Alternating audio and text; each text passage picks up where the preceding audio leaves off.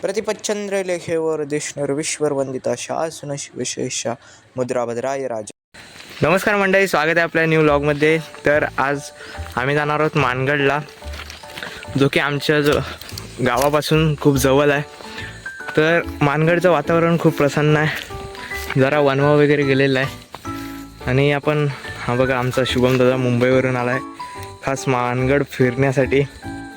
तर हा बघा, इकडे मागे आपला मानगड आहे. मानगडच्या पायथ्यालगत पहिल्यांदा लागतं शिवमंदिर, जे छत्रपती शिवाजी महाराजांच्या काळात हे शिवमंदिर असावं. इथे काही विरगळ्या आहेत आणि जरा तुटलेल्या अवस्थेत आजही आपल्याला शिवमंदिर पाहावयास मिळतं. फक्तच्या काळात फक्त आपल्याला जोते पाहायला मिळते. त्यानंतर पुन्हा एकदा पुढे त्याच्या अजून एक शिवलिंग आहे, त्याच्या दर्शनासाठी आम्ही गेलो होतो. या शिवलिंगाला जवळजवळ 4-5 शतकं होत आली आहेत. 450 वर्षापूर्वी छत्रपती शिवाजी महाराज या गड किल्ल्यांवर फिरलेले, हे गडकिल्ले निर्माण केलेले आणि त्याचाच एक भाग म्हणजे मानगड, आणि त्याच्या दर्शनासाठी आज आम्ही येथे आलो आहोत. खऱ्या अर्थानं मन खूप प्रसन्न होतं की आम्ही मानगडावर आलो आहे. तर हे पहिल्यांदा आम्ही ज्योत्यांचे अवशेष पाहिले आणि पुढे गेलो. महाराजांचे गड म्हणजे जणू काही स्वर्गच. खऱ्या अर्थानं आपण छत्रपती शिवाजी महाराजांच्या पदस्पर्शाने पावन झालेल्या गडकिल्ल्यांवर नक्की गेलंच पाहिजे, कारण छत्रपती शिवाजी महाराजांचा इतिहास या गडकिल्ल्यांवर आपल्याला समजतो. दगडामध्ये छत्रपती शिवाजी महाराजांचं अस्तित्व आहे हे जाणवतं. खऱ्या अर्थानं हे गड मात्र नुसते बघू नयेत, तर खऱ्या अर्थानं महाराजांचा इतिहास जाणून घेण्याची तळमळ आपल्यात असली पाहिजे. म्हणून आज आम्ही गेलेलो मानगडावर. किल्ले मानगड म्हणजे छत्रपती शिवाजी महाराजांच्या इतिहासाचा एक काही भाग, तो आम्ही पाहण्यासाठी, अनुभवण्यासाठी आज आम्ही मानगडाचा नियोजन केलं होतं. आणि खऱ्या अर्थानं जरा पायवाट थोडी कच्ची होती, पायवाट छोटीशी होती, बारीक होती, परंतु महाराजांचं हे काही नियोजन असावं ते फार मात्र सुंदर होतं. पायवाट मात्र छोटीशी होती. आम्ही खऱ्या अर्थानं गड चढत होतो. खूप आनंद, मस्त वाटत होतं. गड चढतेवेळी खऱ्या अर्थानं महाराजांचा इतिहास हे गडकिल्ले चढताना आठवत होता. शुभम दादा देखील आमच्यासोबत होता.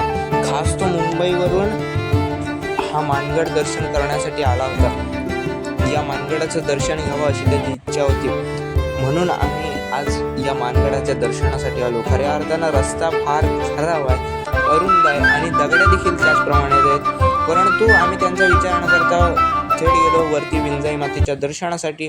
मंदिर तर मस्त आहे आणि वर देखील किल्ला आहे. इथे काहीतरी माहिती लिहिलेली आहे आणि त्याचप्रमाणे इथे काही विरगळा देखील आहेत. त्यांचं आम्ही दर्शन घेतलं आणि गेलो विंजाई मातेच्या दर्शनासाठी. इथलं वातावरण तर जबरदस्त आहे, कारण छत्रपती शिवाजी महाराजांचा पदस्पर्श या महाराष्ट्राच्या मातीतील या मानगडाजवळ झाला. आणि त्यानंतर आम्ही गेलो विंजाई मातेच्या दर्शनात. तर अशा प्रकारे आम्ही घेतलं विंजाई मातेचं दर्शन. तर या मंदिरात आल्यावर एक प्रसन्न वातावरण खऱ्या अर्थाने इथं क्रिएट झालेलं. मन खूप आनंदी होत होतं, कारण आनंदाचे डोई, आनंद तरंग. छत्रपती शिवाजी महाराजांच्या काळातील शिवकालीन जवळजवळ 16व्या शतकातलं हे मंदिर असावं. इतके वर्ष होऊन देखील सुद्धा इथलं पावित्र्य, इथलं मांगल्य खऱ्या अर्थानं सुखदायक देणारं होतं. इथलं वातावरण देखील मस्त होतं. तर हनुमंतरायांची मूर्ती देखील इथे होती, त्यांचं आम्ही दर्शन घेतलं आणि त्यानंतर आम्ही निघालो पुढे. खूप मस्त वाटत होतं गडावर येऊन.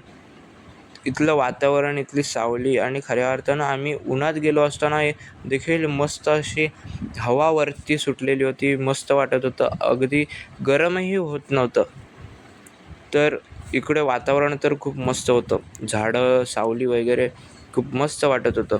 त्यानंतर आम्ही गेलो पुढे.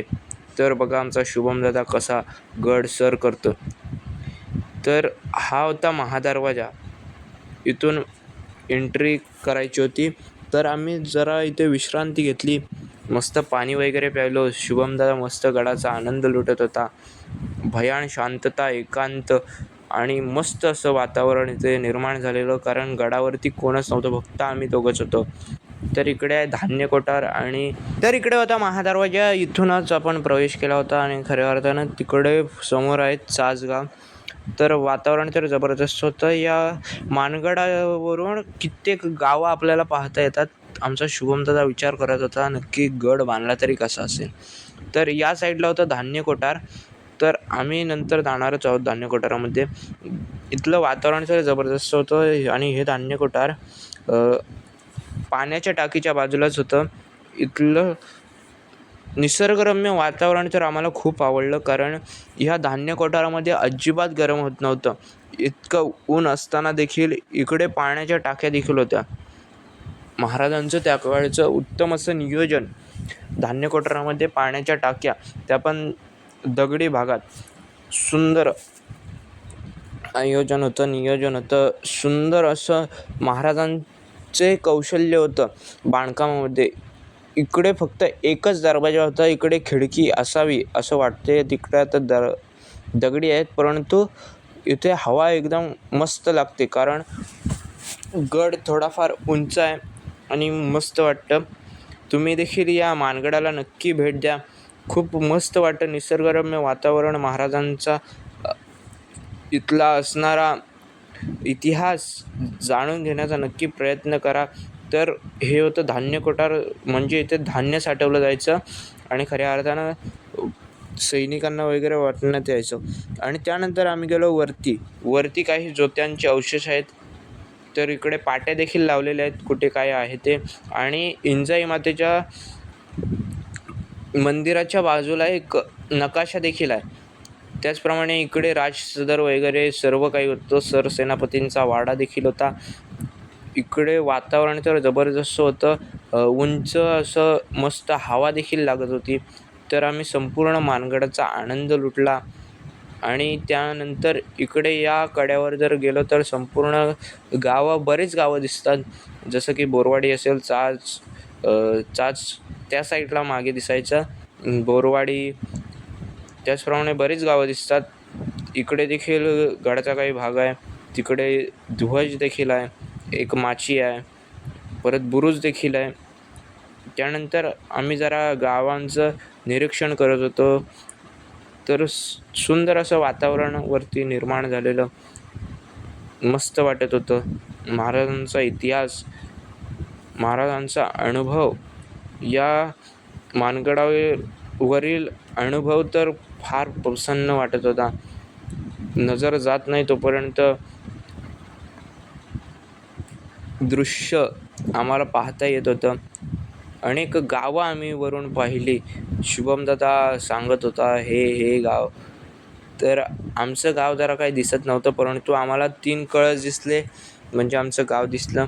परंतु कॅमेऱ्याच्या लेन्समधून तेवढी क्लिअर ते गावं दिसत नव्हती, परंतु आम्हाला ते दिसले. सुंदर असं वातावरण वरून दिसत होतं. सुंदर असा सह्याद्रीच्या कडेकपाऱ्यांचा नजारा आम्ही वरून बघितला.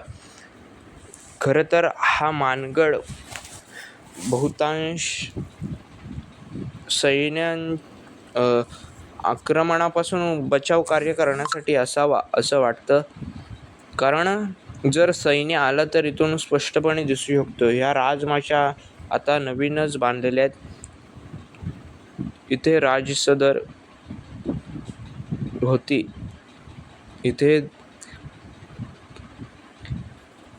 तसं नमूद देखील केलेलं आहे राजसदर म्हणून.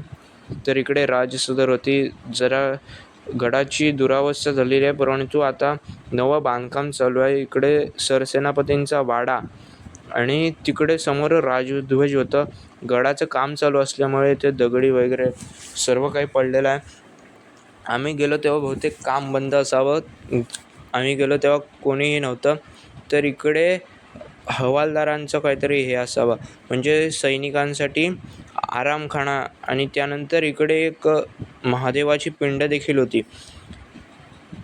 तर आता हे नवीन बांधकाम झालेलं आहे. सुंदर असं गडाचं संवर्धन. इकडे माची देखील आहे, महादेवाची पिंड, शिवभोळा चक्रवर्ती, शिवशंकराचा तू अवतार, हाती घेऊन भवानी तलवार.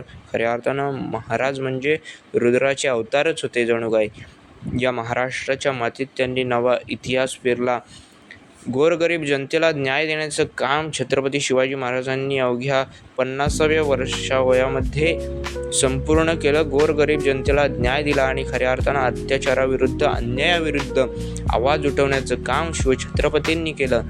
रांजेचा पाटील असू द्या किंवा अजून कोणीही असू द्या, अन्यायाविरुद्ध, अत्याचाराविरुद्ध आवाज उठवण्याचं काम शिवछत्रपती महाराजांनी केलं. या इथून रायगड देखील जवळच आहे. खऱ्या अर्थानं खालचे दृश्य तर मस्त दिसत होते. जरी माणूस चालत जात असला तरीही तो स्पष्टपणे वरून दिसत होता.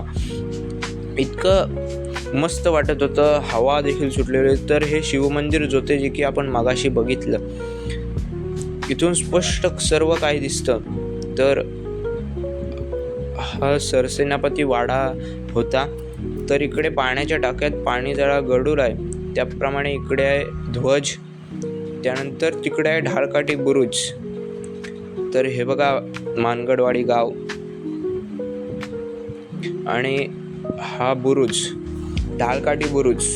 तर शुभम दादा बघा, त्याला देखील आनंद वाटत होता की मी आज छत्रपती शिवाजी महाराजांच्या पदस्पर्शाने पावन झालेल्या मानगडाच्या दर्शनासाठी आलोय. तर इकडे सह्याद्रीच्या पर्वतरांगा पाहून आम्हाला तर आनंदच झाला, कारण आज आम्ही मानगडावर आलो होतो. सुंदर असं निसर्गरम्य वातावरण. त्यानंतर इकडे आम्ही खाली आल्यानंतर हनुमान टाके आणि पुढं अजून एक टाके आहे, खांब टाके वाटतं, अशा 2 टाक्या इकडे आहेत. तर एका टाक्याचं 2-2 पार्ट केलेले आहेत आणि इकडे पाणी साठवलं जायचं आणि खऱ्या अर्थानं पिण्याच्या पाण्याची उत्तम अशी सोय या मानगडावर महाराजांनी करून ठेवली. कारण या संपूर्ण मानगडावर एकूण 12 टाक्या आहेत. पाण्याचं उत्तम असं नियोजन त्यावेळी केलेलं होतं. त्यानंतर इकडे होता गुप्त दरवाजा आपण बघू शकता.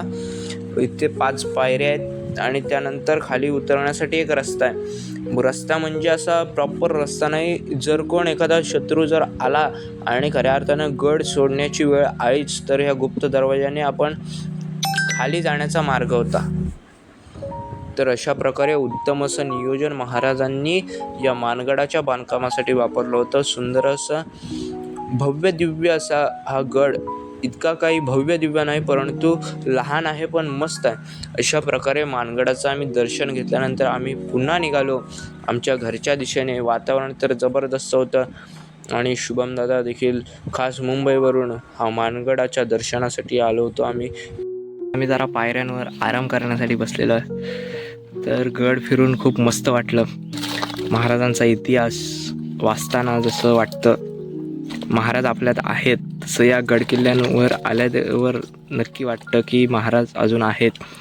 तर सुंदर असा महाराजांचा अनुभव, यांच्या पदस्पर्शाने पवित्र ही झालेली भूमी. तर खूप मस्त वाटतं. तुम्ही देखील या मानगडावर येऊन बघा कशा प्रकारे शांतता. इतकं ऊन लागताना देखील सुंदर अशी हवा या मानगडावर असते. अगदी गरम होत नाही.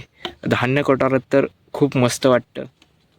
आम्ही तिथे जरा थांबलेलो, खूप मस्त वाटलं. मस्त हवा येत होती आणि त्यानंतर वर गेल्यानंतर अप्रतिम वाटतं. सुंदर असं वातावरण होतं. खूप मस्त वाटलं. तुम्ही देखील या मानगडाला नक्की भेट द्या. आम्ही तर आज प्रसन्न झालो या मानगडाच्या दर्शनाने, विंजाई मातेच्या दर्शनाने. आणि वर आणि खाली 2 महादेवाच्या पिंड देखील आहेत, तर त्यांचे दर्शन देखील आम्ही घेतलं. तर व्हिडिओ आवडला असेल तर नक्की लाईक करा, शेअर करा आणि सबस्क्राईब करायला विसरू नका. धन्यवाद. जय जिजाऊ, जय शिवराय.